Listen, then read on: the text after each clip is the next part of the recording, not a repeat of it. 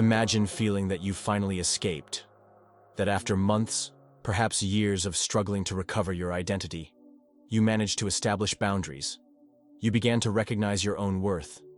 You learned to say no. And then, silence. Is it over? Carl Jung, one of the greatest explorers of the human psyche, discovered something terrifying about narcissists that most people never see coming. When they realize they can no longer control you through their usual methods, they don't quietly go away. No. They retreat only to activate one last and devastating psychological trap, carefully designed to destroy years of healing in a matter of weeks. A strategy so subtle that, when you finally realize what's happening, the emotional damage has already been done. But before revealing this final trick, you need to understand the invisible war that leads to it. Because the real danger isn't in the visible tactics, the outbursts of anger, the accusations, the obvious manipulations. The real danger is in what you can't see, the hidden motivations, the deep wounds that drive every move. It's not about what they do, but why they do it. And understanding why isn't just interesting. It's your only real defense. Because once you see the complete pattern, the trap loses its power over you, forever. If this kind of deep psychological insight interests you, subscribe to the channel now to continue this journey of self-discovery and emotional protection. In the next few minutes, you won't just discover what this final and devastating tactic is, but learn to recognize it instantly. More than that, you'll receive the exact psychological tools to completely neutralize it, transforming their greatest weapon into your definitive proof of freedom. And when we're done, you won't just be protected. You'll be strengthened in a way they never imagined possible. Because there's a secret about narcissistic manipulation that few understand. Each attempt to control you contains, paradoxically, the seed of your total liberation. To understand what's coming, we first need to dive into the depths of the narcissistic mind. And for that, there's no better guide than Carl Jung. Jung realized something that revolutionized our understanding of narcissism. The narcissist's greatest fear isn't simple rejection. It's not even abandonment. It's something much deeper and existential. The moment when the victim becomes psychologically stronger than them. Think about it. When you're under control, you're predictable. You seek approval. You doubt your own perception. You blame yourself for the problems in the relationship. But then, something begins to change. Maybe you found a therapist. Maybe you read a book that opened your eyes. Maybe you met someone who treated you with genuine respect. And slowly, you begin to heal. To establish boundaries, to trust your own intuition again, to recognize patterns of manipulation that previously went unnoticed. And it's exactly at this moment that you trigger what Jung identified as the power inversion crisis, the moment when the narcissist's emotional control over you begins to disintegrate, and they feel it happening. What Jung described through his concepts of inflated ego and shadow, the brilliant psychologist Horney deepened with clinical precision. She gave us a name for this phenomenon, the idealized self. Horney discovered that narcissists aren't born, they're created. At some point in childhood, the child learns that their true self, with all its natural imperfections, needs, and vulnerabilities, is unacceptable, unworthy of love. So, as a survival mechanism, they build a grandiose and perfect version of themselves. This isn't just a temporary mask. It's a complete false identity that hides a real self that they secretly fear is weak, empty, and fundamentally despicable. A real self so painful to confront that they spend their entire life running from it at any cost. And this is where you enter the equation. You, in your confusion and need for approval, were the perfect mirror reflecting this idealized image back to them. Each time you doubted your own perception, each time you put them on a pedestal, each time you took the blame for problems they created, you were confirming their fantasy of grandeur and perfection. But when you become strong, authentic, and independent, something terrible happens to them. Your newly found brilliance illuminates the cracks in their carefully sculpted statue. Your clarity exposes their inconsistencies. Your authenticity highlights their falseness. Your strength isn't just a rejection or abandonment. It's an existential threat to the fragile house of cards that supports their entire identity. Each boundary you establish, each truth you speak, Each manipulation you recognize is like an earthquake that shakes the foundations of this false self. And that's exactly why they need to bring you down at any cost. Not out of calculated malice, though it may seem that way, but from a primitive instinct of psychological survival. When you begin to strengthen, they face an impossible dilemma. Either acknowledge that their power over you was always an illusion, which would mean confronting the emptiness of the real self they've spent their entire life avoiding, or they need to prove, mainly to themselves, that your newly discovered strength is temporary, false, and that their control is still real and incontestable. The narcissist is like a drowning man who, in his desperation, is capable of pushing down even the person who came to save him, not because he wishes the savior harm, but because the panic of the situation activates his most primitive instincts. And it's this desperation that fuels what's coming. The final strategy, the last dirty trick, the desperate card they keep for when all other methods of control have failed. When the narcissist realizes that the power inversion crisis is happening, that you're escaping the gravitational field of their manipulation, they don't peacefully accept this reality. On the contrary, they initiate a systematic escalation of psychological attacks. Imagine a desperate chess player who, seeing themselves in a losing position, begins to use increasingly risky and unpredictable moves. If the first doesn't work, they move to the next, and to the next. Each one more subtle, more sophisticated, and consequently, more dangerous than the previous. Jung realized that this escalation follows a predictable pattern, and when you recognize the pattern, you gain the power to anticipate each move before it even happens. First weapon, strength shaming. The first weapon they draw from the arsenal is what we can call strength shaming. It's an ingenious tactic because it attacks precisely the qualities that are allowing your liberation. They look at you with a studied expression of disappointment and say, "You've changed. You're so cold lately. You used to be so generous, and now you only think about yourself. Success really went to your head, didn't it?" This therapy is turning you into an insensitive person. Your new friends are negatively influencing you. It's a perverse inversion of reality. What's really happening is that you're finally establishing healthy boundaries. You're saying no when before you automatically said yes. You're prioritizing your well-being when before you constantly sacrificed yourself. You're expressing your needs when before you suppressed them. But they distort each of these positive achievements, transforming your new qualities into moral defects. They try to make you feel ashamed of your own liberation, as if self-respect were selfishness, as if healthy boundaries were coldness, as if authenticity were arrogance. And for many of us, this tactic works temporarily. Why? Because it touches a sensitive point, our fear of becoming like them, our fear that, by protecting ourselves, we are somehow becoming cold or insensitive, our fear that, by saying no, we are being selfish. What they're counting on is that you can't distinguish between healthy assertiveness and cruelty, between self-respect and selfishness, between independence and indifference. They're betting on your confusion. Second weapon, nostalgic manipulation. When strength shaming doesn't have the desired effect, when you remain firm despite the accusations, they change tactics. And the next weapon is particularly insidious because it appeals directly to your heart. Nostalgic manipulation. Suddenly the tone changes. Hostility gives way to melancholy. Attack transforms into apparent vulnerability. They look at you with eyes full of carefully manufactured longing and say, "Remember how happy we were in the beginning? I miss so much the person you were before. Things didn't need to be this way between us.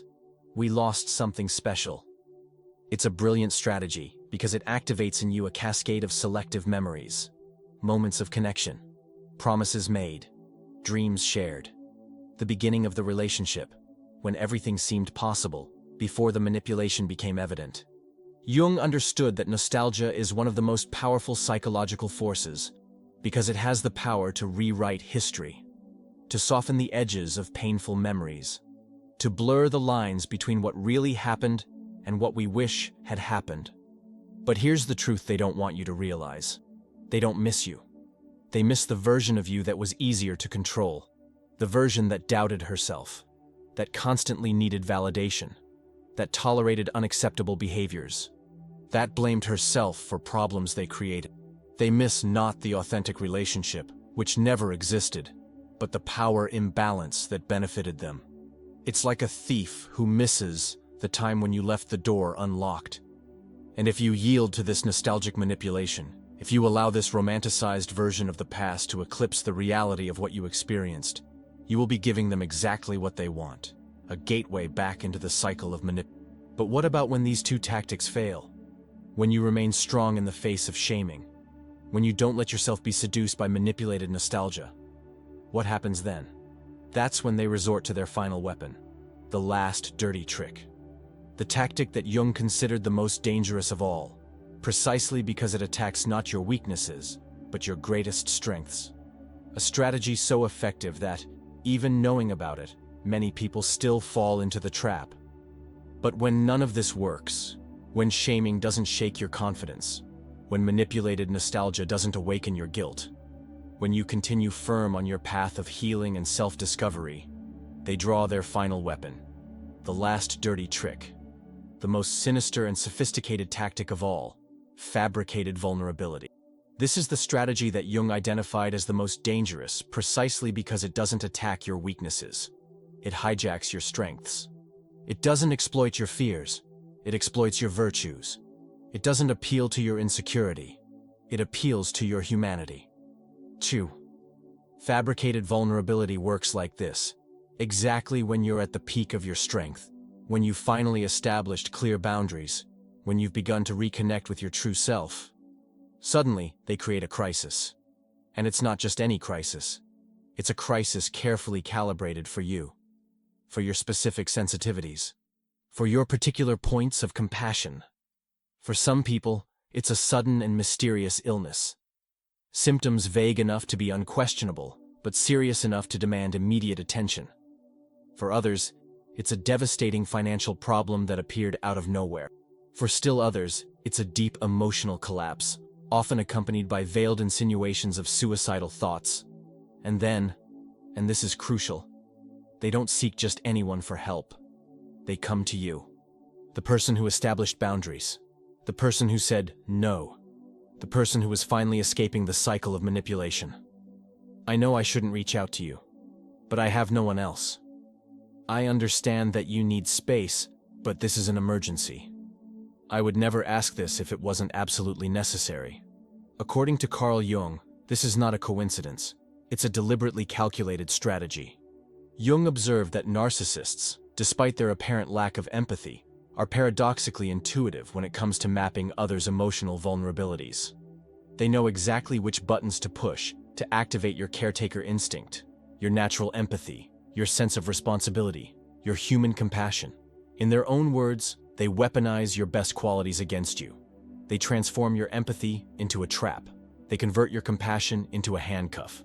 They use your capacity to forgive as a weak point to be exploited. And what makes this tactic so effective is that, unlike the previous ones, it doesn't seem like manipulation. It seems like an opportunity to be the good and compassionate person you've always been. To show that, despite everything you've been through, you still care. To prove that your boundaries don't mean you've become cold or indifferent. But here's what you need to understand. Their goal is not just to receive your help. It's not just to obtain your emotional, financial, or practical support during a crisis. The true goal, the hidden objective, is to make you sacrifice your own newly established boundaries to help them. It's to create a situation where you are forced to choose between maintaining your integrity and responding to an apparently urgent need. They will say, I know you said you needed space, but I need you now. I know you don't want to discuss our relationship anymore, but this situation has changed everything.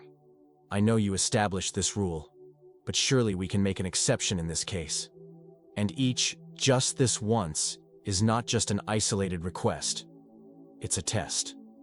A test to see if they still matter more than your well-being. A test to see if your compassion can still be manipulated. A test to see if the door you closed can be opened again through guilt and obligation. It is, in essence, an emotional checkmate.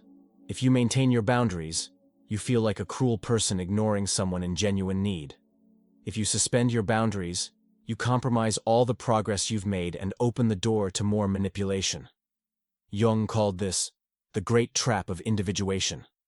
The moment when your path to psychological wholeness is threatened not by your weaknesses, but by the misuse of your strengths. And that's why so many people, even after years of therapy, even intellectually knowing about narcissistic patterns, even having made so much progress, end up being pulled back into the cycle of manipulation. Because this tactic exploits not our flaws, but our virtues. Not our defects, but our most admirable qualities. The question then becomes, how is it possible to maintain both your compassion and your boundaries? How can you be a good person without becoming, once again, a victim? So, how do you protect yourself from this last and most powerful dirty trick? How do you navigate this impossible moral dilemma between self-care and compassion? The answer lies in one of the most profound and liberating concepts Jung left us: differentiated compassion.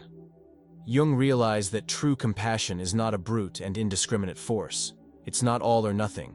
It's a sophisticated and nuanced energy that can be directed with wisdom and discernment.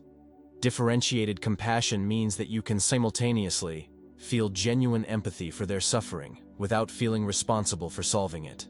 Recognize their pain without giving up your boundaries to alleviate it.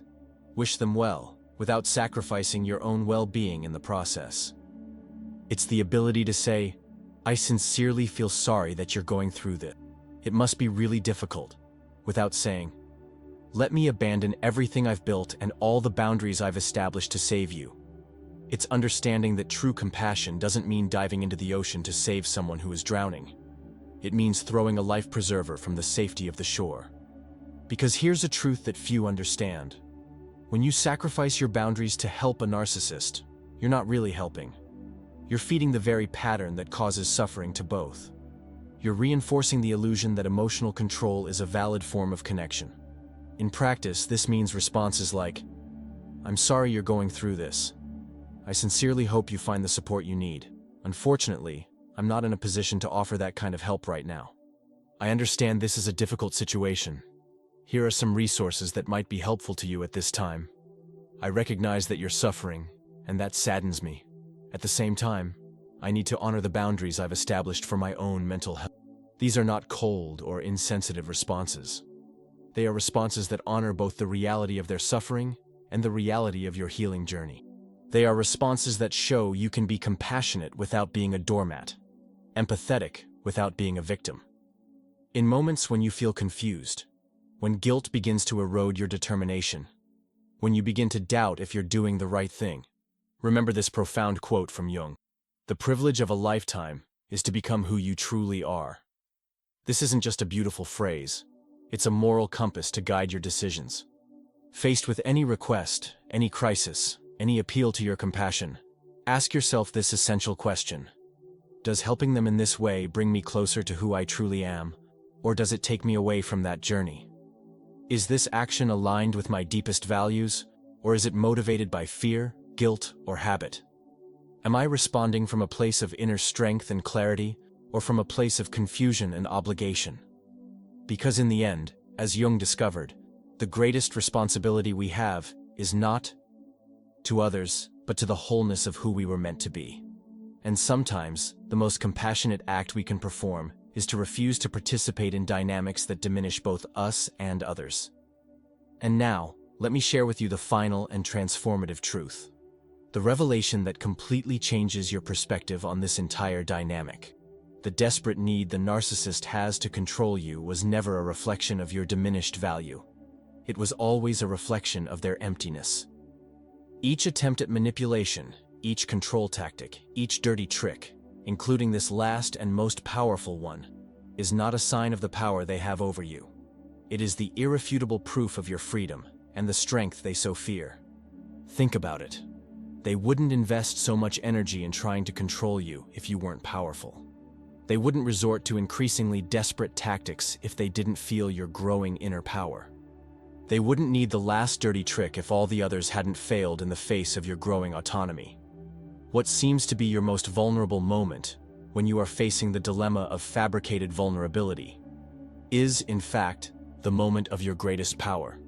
It's the moment when they are playing the last card they have. It's the moment when you are closer to your complete liberation than you have ever been. And when you respond with differentiated compassion, When you maintain your boundaries with serenity and strength, you aren't just protecting yourself from a momentary manipulation. You are declaring a profound truth, that your worth doesn't depend on their validation, that your compassion doesn't require self-sacrifice, that your strength isn't a flaw to be ashamed of, but a light to be celebrated. Know this. Each time you maintain your boundary, especially in the face of this last dirty trick, you aren't just protecting yourself. You are creating a new pattern. You are breaking an intergenerational cycle. You are proving that their power was always an illusion, a temporary loan of your energy that you have now reclaimed. And you aren't alone in this journey.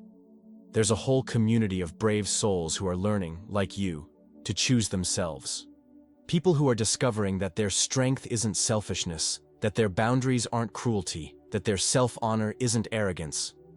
If this message touched something deep in you, if it illuminated a path you were trying to find, subscribe to join this growing community. Like this video so that this light reaches more people who desperately need it. Share it with that specific person who you know is struggling with these same issues right now. Because when you heal, you don't just heal yourself. You create waves of possibility that extend far beyond what you can imagine. You show others that liberation is possible, that manipulation can be recognized and neutralized, that the last dirty trick can become the first step toward a life of authenticity, strength, and true joy. As Jung said, "I am not what happened to me. I am what I choose to become." And today, in this moment, you can choose to become free.